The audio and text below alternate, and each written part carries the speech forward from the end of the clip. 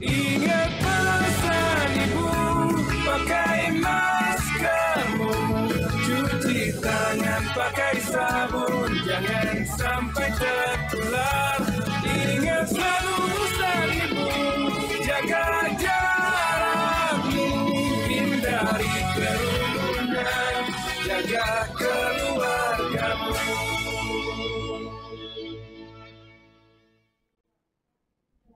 Halo pemirsa, selamat siang. Bagaimana kabar Anda hari ini? Semoga tetap sehat dan tetap semangat dalam beraktivitas. Senang sekali saya Anastasia Putri bisa menemani Anda dalam bincang-bincang perlindungan ibu, anak, dan balita dari COVID-19 yang disiarkan secara langsung dari Media Center Satuan Tugas Penanganan COVID-19 Geraha BNPB Jakarta. Pemirsa, dampak penyebaran COVID-19 pada ibu hamil masih terus diteliti. Adanya perubahan pada tubuh dan sistem imunitas ibu hamil dapat mengalami dampak yang cukup parah disebabkan beberapa penyakit infeksi saluran pernafasan, sehingga penting untuk melindungi diri dari COVID-19 bagi ibu hamil.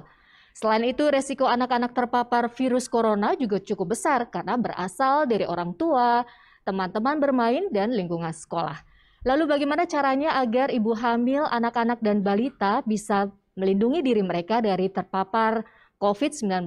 Telah hadir di studio ada Dr. Charles, MSc, SPA dari Rumah Sakit RSUD Jati Padang. Selamat siang dokter, sehat? Sehat. Alhamdulillah. Dan ada Dr. Kathleen Juanita Gunawan, SPOG dari Rumah Sakit Siloam Hospital Kebonjeruk. Selamat siang dokter. Selamat siang. Sehat juga dokter ya? Sehat. Iya.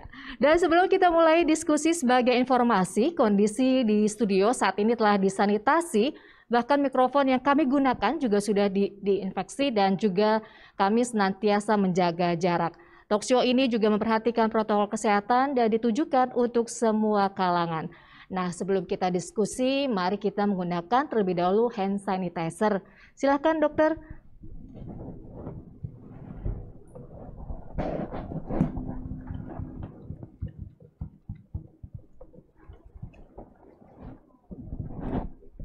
Baik, kita segera mulai saja diskusi kita pada siang hari ini. Saya mulai dari Dr. Kathleen. Dok, bagaimana dampak infeksi COVID-19 terhadap ibu hamil?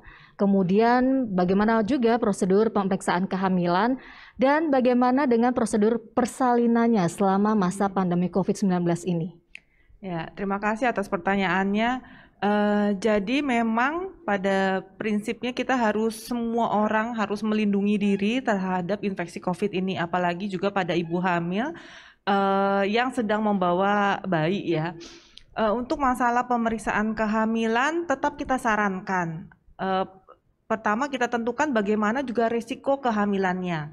Kalau memang ibu termasuk risiko rendah, maka kita sarankan tetap setidak-tidaknya melakukan 6 kali pemeriksaan kehamilan. 1 kali pada usia 0 sampai 14 minggu, kurang lebih ya di bawah 3 bulan. 2 kali pada trimester 2, sekitar usia hamil 3 sampai dengan 7 bulan. Dan kemudian 3 kali pada usia kehamilan di atas 7 bulan sampai dengan melahirkan. Namun kalau ada resiko lebih tinggi pada ibu, mungkin ibu sudah punya penyakit bawaan sebelum hamil seperti diabetes ataupun hipertensi atau mungkin asma, atau memang ada riwayat kehamilan dengan resiko pada sebelumnya. Misalnya bayinya dulu hamil sebelumnya pernah meninggal dalam kandungan atau lahir prematur, atau mungkin ada pernah gangguan pertumbuhan, itu mungkin dia harus kontrol juga lebih sering. Jangan sampai karena kondisi COVID ini membuat seorang ibu takut memeriksakan kehamilan sehingga kita tidak bisa memastikan bagaimana perkembangan janinnya, karena sangat berbahaya sekali, terutama pada trimester 3 di akhir-akhir menjelang masa persalinan. Kita harus mengawasi, termasuk juga untuk persalinannya. Sampai saat ini memang tidak ada rekomendasi cara persalinan yang paling aman untuk mencegah COVID. Jadi kembali lagi kepada apakah ada indikasi pada bayi maupun ibu hamil untuk dilakukan tindakan. Apakah memang harus lahir normal atau sesar berdasarkan kondisi kehamilannya sendiri. Sehingga apa yang harus dipersiapkan oleh ibu hamil saat memeriksakan kandungannya? Apakah harus tetap memakai masker, kemudian menggunakan protokol kesehatannya seperti apa itu, Dok? Yang pertama tentu sarannya adalah sebisa mungkin tetap di rumah saja, kecuali memang harus terpaksa pergi, salah satunya adalah untuk memeriksakan kehamilan, maka kalau keluar rumah tentu tetap memakai masker, boleh dengan tambahan face shield ya, tapi tetap nomor satu adalah masker, kemudian juga menjaga jarak dengan orang lain, dan kemudian setelah pulang sampai rumah ya baju semuanya harus langsung dicuci dan langsung mandi, membersihkan diri. Kalau di rumah sakit ada prosedur khusus, Dok? Ya, memang saat ini untuk masuk ke rumah sakit biasanya kita akan melakukan screening juga, mulai dari pertanyaan-pertanyaan apakah ibu tersebut ada keluhan-keluhan yang mungkin mengarah ke arah gejala COVID, kemudian juga apakah ada demam dan sebagainya. Kalau ada ke arah kecurigaan ke arah sana, maka bisa langsung kita pisahkan dulu untuk pemeriksaan lebih lanjut. Namun kalau semuanya baik, maka akan boleh langsung masuk ke poliklinik yang sudah kita selalu disinfeksi juga, dan juga dengan ruang tunggu yang jaraknya berjauhan, dan juga di dalam ruangan pemeriksaan pun selalu kita bersihkan. Jadi tetap aman ya untuk melakukan konsultasi kehamilan di rumah sakit. Ya, tetap aman. Nah, kalau untuk Dokter Charles, seberapa besar, Dok, kemungkinan anak dan balita dapat tertular COVID-19 dan antisipasinya seperti apa? Terima kasih pertanyaannya. Untuk berapa besar kemungkinan risiko tertular, sebenarnya hampir sama ya, walaupun anak-anak, dewasa maupun orang tua. Sebenarnya risikonya hampir sama. Nah, tentunya dengan anak-anak lebih rentan karena mereka belum mampu untuk memahami fungsi dari masker. Nah, di sini juga kesempatan bagi orang tua terutama untuk mengajarkan, karena ini bagian dari new normal kita. Gitu ya. Kalau orang dewasa diterapkan pakai masker mungkin masih tahan ya, masih mengerti kepentingannya. Anak-anak itu saat dia bermain, dia bisa lepas, dia bisa tidak memahami, nggak enak ya, dia lepas dan paparannya akan lebih besar risikonya. Dan begitu juga saat dia berinteraksi dengan orang tuanya yang pulang bekerja atau dari luar, atau saat dia berada dalam kerumunan, risikonya sangat besarnya sebenarnya dengan orang dewasa maupun orang tua. Gitu. Nah, itu tadi menarik juga, bagaimana supaya anak bisa nyaman menggunakan masker nih, Dok? Tipsnya apa? Iya, sebenarnya karena biasa ya. Sebenarnya tentunya kita membiasakan, tentunya orang tua sebagai contoh ya, sebagai contoh, biasanya anak-anak itu kan peniru gitu. Saat dia melihat suatu kebiasaan yang baru, dan kita juga sebagai orang tua bisa secara perlahan ya tentunya mengedukasi anak-anak kita akan pentingnya, termasuk hand hygiene, kebersihan gitu, kita ajarkan cara mencuci tangan, menjaga jarak, dan memakai masker saat berada di kerumunan, tidak membuka maskernya. Itu memang pelan-pelan kita terapkan pada anak kita. Jadi dari orang tua ya dibutuhkan untuk pengertiannya kepada anak-anak. Betul sekali. Dokter Kathleen, bagaimana pula dengan proses persalinan terhadap ibu yang terpapar COVID-19? Ya, jadi memang saat ini semua ibu hamil juga yang sebelum masuk ke proses persalinan biasanya kita akan lakukan screening dulu untuk memastikan, karena memang bisa saja ibu hamil pun orang-orang tanpa gejala ya, tapi ternyata dia sudah terkena COVID. Nah, kemudian kalau memang dia sudah terbukti terkena COVID, maka dia harus dirawat di ruang isolasi tersendiri. Kemudian juga untuk proses persalinan, baik kalaupun lahir normal ataupun dengan sesar, itu dengan ruangan yang khusus dengan tekanan negatif. Dan juga dengan tentu perlindungan ya, alat pelindung diri yang level 3 untuk semua petugas. Memang akan kembali lagi kepada fasilitas rumah sakitnya, apakah memang memungkinkan, terutama pada proses persalinan normal itu memang membutuhkan waktu yang cukup lama, terutama kalau misalnya baru anak pertama, sehingga ruangannya harus benar-benar siap juga dengan tenaga medis yang siap. Sehingga kalau memang tidak memungkinkan, salah satu pilihannya adalah dengan seksio sesarea. Tapi semuanya tetap dilakukan di tekanan negatif dan juga dengan perlindungan. Bagaimana dengan bayi yang dilahirkan? Apakah otomatis kalau ibunya terpapar COVID, bayi yang dilahirkan juga terkena COVID? Jadi memang sampai saat ini masih terus kita teliti ya, belum terbukti bahwa ada terjadi penularan selama proses kehamilan maupun persalinan. Tetapi memang ada beberapa laporan-laporan kasus lah bahwa bayi itu kok bisa langsung terkena dalam kandungan seperti itu. Tapi sampai saat ini masih terus diteliti dan belum bisa kita nyatakan bahwa pasti bayi itu bisa terkena sejak dalam kandungan. Sehingga memang begitu lahir akan cenderung kita pisahkan. Mungkin nanti dari Dr. Charles yang bisa lebih menjelaskan. Boleh silakan dok ditambahkan. Iya betul, saya setuju ya. Jadi penelitian-penelitian yang ada saat ini juga belum menunjukkan bahwa ditemukannya kuman atau virus COVID ini pada plasenta gitu ya. Jadi diturunkan atau ditularkan melalui kehamilan itu belum ada bukti, cukup bukti. Tapi kita tidak tahu nanti perkembangannya ke arah mana. Nah tentunya betul yang dikatakan Dr. Kathleen, jenis persalinan yang mana yang paling direkomendasikan memang belum ada.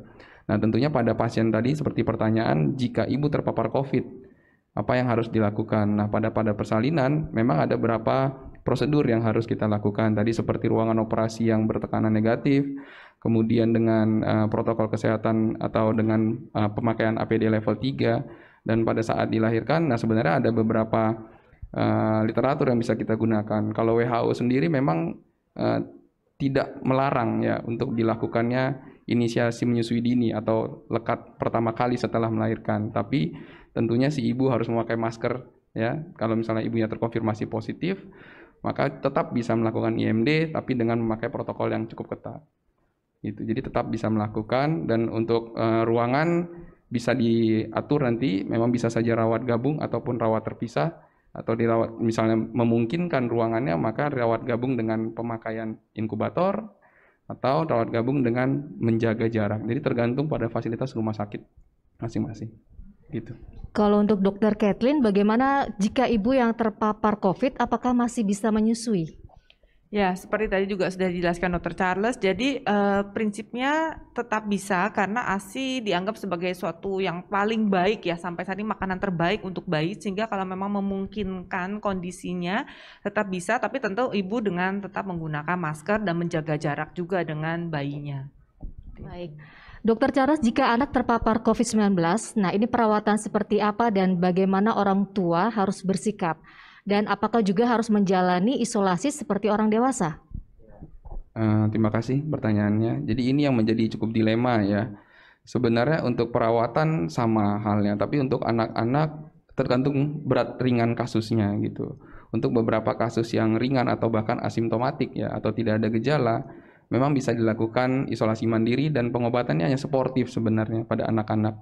Jadi tidak hampir sedikit berbeda dengan orang dewasa atau dalam ilmu penyakit dalam ya, mungkin yang obat-obatannya cukup ada beberapa antivirus, antibiotik dan lainnya. Kalau anak-anak kita lebih ke simptomatik, ringan, tidak agresif. Nah kemudian tadi apa pertanyaan lainnya? Ya, kalau anak-anak terpapar COVID, apakah dia juga harus menjalani isolasi mandiri seperti orang dewasa ya? Tentang isolasi mandiri ya, kesulitannya adalah saat kita mau memilih isolasi mandiri berada di mana. Saat isolasi mandiri dilakukan di rumah sakit itu sangat sulit sebenarnya. Anak-anak kan tidak seperti orang dewasa gitu. Jadi dia perlu didampingi. Nah itu kesulitannya juga saat mendampingi, misalnya anaknya terkonfirmasi positif, didampingi oleh siapa gitu, orang yang keluarga terdekatnya yang negatif atau yang positif juga. Itu kan juga jadi kesulitan kita tentunya. Nah tapi dalam isolasi mandiri yang misalnya di rumah sebenarnya tidak ada masalah, protokolnya sama, misalnya sama-sama ibunya tidak terkonfirmasi ataupun si ibu juga terkonfirmasi, pemakaian protokol kesehatan di rumah tetap dilakukan walaupun di isolasi mandiri. Begitu.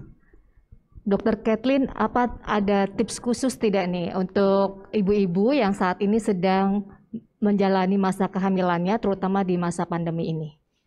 Yang paling penting menurut saya nomor satu adalah jangan panik. Ya, karena banyak ibu-ibu memang yang datang dengan panik, khawatir ya, aduh bagaimana nih saya lagi hamil di tengah-tengah masa seperti ini. Memang kadang-kadang suatu kehamilan itu mungkin tidak bisa ditentukan ya, tiba-tiba maksudnya masih mau menjaga, kadang-kadang udah keburu hamil. Nah jadi yang penting adalah yang perlu diingat bahwa masa yang paling penting dalam kehidupan seseorang adalah justru di 1000 hari pertama yaitu dimulai dari 280 hari dalam kandungan dan kemudian dilanjutkan sampai dengan usia 2 tahun. Itu adalah masa yang sangat penting yang menjadi fondasi bagi kehidupan seseorang. Nah, karena itu kita juga menyarankan pada saat kehamilan ini benar-benar kehamilannya harus dijaga. Jadi jangan takut untuk memeriksakan kehamilan, tentu dengan memperhatikan seperti tadi sudah dikatakan protokol kesehatan pada saat keluar rumah itu kita benar-benar perhatikan. Kemudian kita juga menjaga jarak, dan kalau memang tidak perlu sekali ya jangan keluar rumah. Maksud saya memang ya secara jujur mungkin hampir 6 bulan ya kita kayaknya disuruhnya di rumah terus tuh. Kadang-kadang ibu juga udah stres sendiri mungkin ya, tapi sabar saja, ada masanya nanti ini semua akan berlalu. Tapi saat ini ya lebih baik kita menghibur diri dengan secara lebih aman di rumah. Kemudian juga menjaga hidup yang sehat, istirahat yang cukup. Jangan di rumah saja, tapi ya sekarang lagi musim ya nonton film sampai tengah malam ya. Jadi kurang tidur juga, dan itu akan sangat mempengaruhi kepada imunitas tubuh. Juga berolahraga rutin, yang kita sarankan ibu hamil pun tetap berolahraga rutin. Setidak-tidaknya 3 kali dalam seminggu dengan lama 30 sampai dengan 90 menit. Tentu olahraga yang tidak ada risiko untuk jatuh sehingga aman untuk ibu hamil pun. Dan olahraga itu tidak harus yang mahal ataupun yang ramai-ramai keluar ya, mungkin bisa di rumah atau jalan di sekitar rumah. Yang penting juga diusahakan terkena sinar matahari, karena paparan sinar matahari pagi terutama sebelum jam 9 pagi juga akan sangat baik untuk meningkatkan imunitas tubuh. Seperti itu.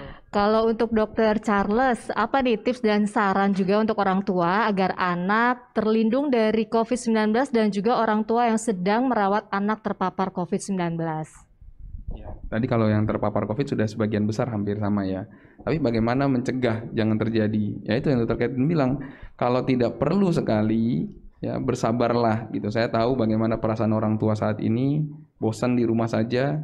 Anak-anak juga menjadi isu tersendiri bagi kami. Bagaimana sosialisasi mereka saat berada di rumah terus, gitu ya. Tapi ya pesan dari ketua kami ya, Ketua IDAI, Dr. Aman juga. Lebih bagus lebih baik ya, menahan rasanya bosan daripada rasa menunggu anak saat dalam kondisi sakit. Yaitu jelas pesannya, jadi lebih baik kita menahan rasa bosan itu, ya bisa banyak aktivitas yang bisa dilakukan daripada kita harus menunggu mereka di rumah sakit atau di rumah dalam keadaan sakit. Nah, ini untuk menjaga anak-anak atau untuk mengedukasi anak-anak ini kan tidak mudah ya dok. Tadi seperti pemakaian masker itu juga sulit. Nah, bagaimana caranya mengedukasi anak tentang virus corona dan juga bahayanya nih dok? Ya kalau itu sebenarnya banyak ya. Sekarang itu banyak lagu-lagu yang dibikin ya. Bagaimana tentang tadi kita juga mulai dengan lagu padi gitu ya. Tentang bagaimana memakai masker. Untuk hand hygiene sendiri juga itu sudah mungkin kita banyak terapkan sebagai orang tua untuk hand hygiene, termasuk bagaimana hand rub, setelah hand rub harus melakukan hand wash ya. Sekarang ditambah lagi dengan masker. Tadi kebiasaan ya, terbiasa pada saat kita keluar mungkin di rumah relatif lebih aman. Nah orang tua juga harus lebih pengertian sebenarnya ya pada saat kondisi pandemi seperti ini, terutama untuk orang-orang tua yang masih beraktivitas di luar. Nah, saat mereka kembali ke rumah, ya itu harus menerapkan protokol. Jadi jangan langsung pulang, belum ganti baju, langsung memeluk anaknya, mencium, ya kebiasaan-kebiasaan seperti itu. Ditambah apalagi orang tuanya atau sang ayah punya kebiasaan merokok. Nah, itu ya kalau bisa ya di daerah zaman-zaman pandemi seperti ini, kebiasaan itu bisa dikurangi bahkan dihilangkan ya. Itu akan lebih bagus lagi gitu, karena itu sangat berpengaruh juga pada perkembangan si anak. Terima kasih. Terakhir untuk Dr. Kathleen, dok, apa yang dilakukan ibu hamil saat hendak kontrol ke rumah sakit dan apa saja yang harus dipersiapkan? Ya, jadi saat ini sebenarnya dengan kemajuan teknologi, banyak rumah sakit juga memulai konsultasi online. Jadi mungkin itu salah satu yang bisa digunakan juga untuk ibu-ibu yang ingin menanyakan apa yang harus dilakukan. Tapi memang terutama untuk pada ibu hamil tidak semua bisa kita lakukan secara konsultasi online. Salah satunya adalah untuk pemeriksaan USG untuk menentukan perkembangan bayi. Yang paling penting seperti di usia 12 minggu untuk kita menentukan usia kehamilan, taksiran, persalinan dan juga screening aneuploidy itu memang harus kita lakukan dengan cara USG. Sarannya ibu tetap datang kontrol ke rumah sakit, diusahakan rumah sakit yang bisa buat janji jam temu lebih dulu. Jadi contohnya ya mungkin di rumah sakit kami kita juga sudah memberikan jam-jam. Jadi ibu datang langsung sudah ditentukan jam waktunya. Nah supaya menghindari antrian yang terlalu lama juga di ruang tunggu. Karena kalau misalnya kita datang terus ada 5 orang, sebelumnya kita jadi menunggu lebih lama. Tapi kalau semua sudah punya jam temu maka akan sangat mengurangi untuk bertemu dengan orang lain di ruang tunggu. Dan tentu saja tadi dengan protokol kesehatan. Ya, nah kalau untuk Dokter Charles, jika ada anak yang mengalami gejala mirip COVID, apakah langsung dilakukan swab atau ada penanganan khusus, Dok? Ya. Jika anak-anak bergejala memang sulitnya gitu ya. Jadi batuk pilek itu kan merupakan penyakit yang paling sering dikeluhkan dari anak gitu. Nah, di era pandemi seperti ini tentunya yang pertama kali kita tanyakan faktor resikonya terlebih dahulu. Gitu. Apakah si anak ada terpapar oleh orang-orang yang terkonfirmasi atau suspek? Nah, jika ada, tentunya menjadi kecurigaan kita lebih kuat untuk melakukan tindakan diagnostik lanjutan. Tapi jika tidak ada, ya kita harus kembali ke ilmu kita ya, ke ilmu anaknya sendiri. Penyakit batuk pilek itu penyebab terseringnya apa gitu. Jadi tidak juga kita yang bilang Dokter Kathleen terlalu panik juga, dokternya juga panik ya dok ya, dikit-dikit batuk pilek periksanya langsung swab dan jadi over diagnostik, pemeriksaannya berlebihan gitu, padahal ternyata anak masih sehat-sehat saja. Tapi ya itu COVID saat ini kan sangat menipu, gejalanya masih sangat sulit ditebak. Kadang-kadang kita merasa ini kayaknya tidak deh, batuk pilek biasa ternyata positif, atau hanya gejala-gejala yang tidak spesifik seperti diare saja pun sekarang bisa menjadi salah satu gejala COVID pada anak. Jadi memang kita harus memilih mana yang harus kita lakukan tindakan lebih lanjut, mana yang masih bisa kita tata laksana. Kalau untuk pengobatannya sendiri bagaimana dok untuk anak-anak? Pengobatannya ya tadi ada yang ringan, tergantung kasus, ringan, sedang, dan berat. Kalau untuk ringan memang sejauh ini ringan dan sedang ya, kita masih suportif. Kalau misalnya ada tanda-tanda infeksi tentunya dengan support dengan pemberian antibiotik dan lainnya. Nah perawatannya tentunya kalau sudah sedang ke berat tentunya ke rumah sakit. Untuk pemakaian antivirus sendiri ada beberapa kasus yang memang bisa digunakan tapi selektif, gitu. Tidak semua kasus. Dokter, ini ternyata banyak nih pertanyaan untuk dokter juga nih tentang ibu hamil. Namanya ibu-ibu ya dok, masih pengen jalan-jalan juga ya. Nah ini kalau apa yang perlu diperhatikan kalau ibu hamil pengen belanja ke pasar tradisional? Ya, namanya ibu-ibu memang kan kita bertanggung jawab juga ya atas satu keluarga, jangan sampai saking takutnya nggak punya makanan di rumah nanti anak-anak nggak ada makanan. Tapi yang penting kembali nomor satu memang karena ibu hamil juga memang termasuk golongan yang berisiko tinggi sehingga sebisa mungkin sebenarnya kita menghindari. Mungkin ada orang lain yang bisa membantu untuk belanja. Atau mungkin bapaknya ke pasar sekali-sekali boleh ya zaman sekarang. Yang kedua frekuensinya mungkin dikurangi. Kalau dulu tiap 3 hari sekali ke pasar atau kalau perlu tiap hari biar segar gitu ya. Boleh, tapi kan sekarang mungkin bisa dikurangi jumlahnya dengan kita masukkan ke dalam kulkas. Ya, kalau mungkin masih 3 hari, 4 hari sekali, atau mungkin seminggu sekali, saya rasa masih cukup baik. Dan ketiga tentu harus sangat berhati-hati tetap menggunakan masker, menjaga jarak, kemudian juga selalu rutin cuci tangan, dan tadi sampai di rumah semuanya langsung dicuci, juga kita langsung mandi, cuci rambut, dan pokoknya semuanya sudah bersih saat kita masuk ke dalam rumah. Juga mungkin kalau bisa tas belanja, itu kan kita sudah bawa sendiri sekarang, itu pun juga langsung dicuci, makanan-makanan semuanya juga kita cuci bersih dulu sebelum kita pakai. Seperti Baik, itu. terima kasih Dr. Charles dan juga Dr. Kathleen. Menarik sekali perbincangan kita pada sore hari ini. Dan saatnya kita tiba di penghujung acara. Semoga bincang-bincang kita hari ini bermanfaat untuk kita semua.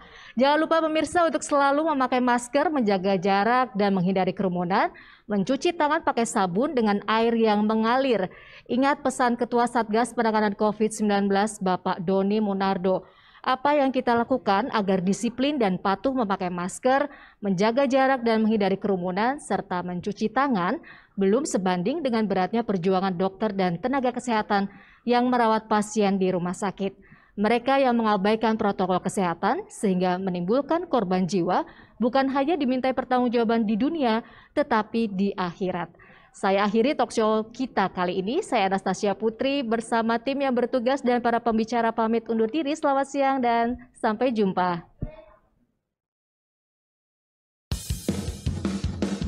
Ingat pesan ibu, pakai maskermu, cuci tangan pakai sabun, jangan sampai tertular. Ingat selalu pesan ibu, jaga jarakmu, hindari kerumunan, jaga keluargamu.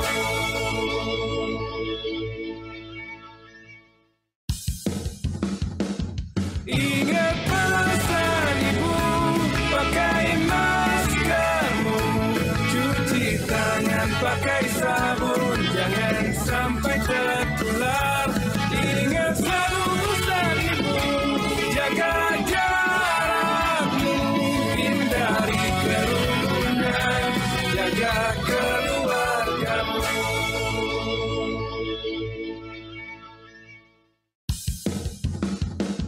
Ingat pesan ibu, pakai maskermu, cuci tangan pakai sabun, jangan sampai tertular.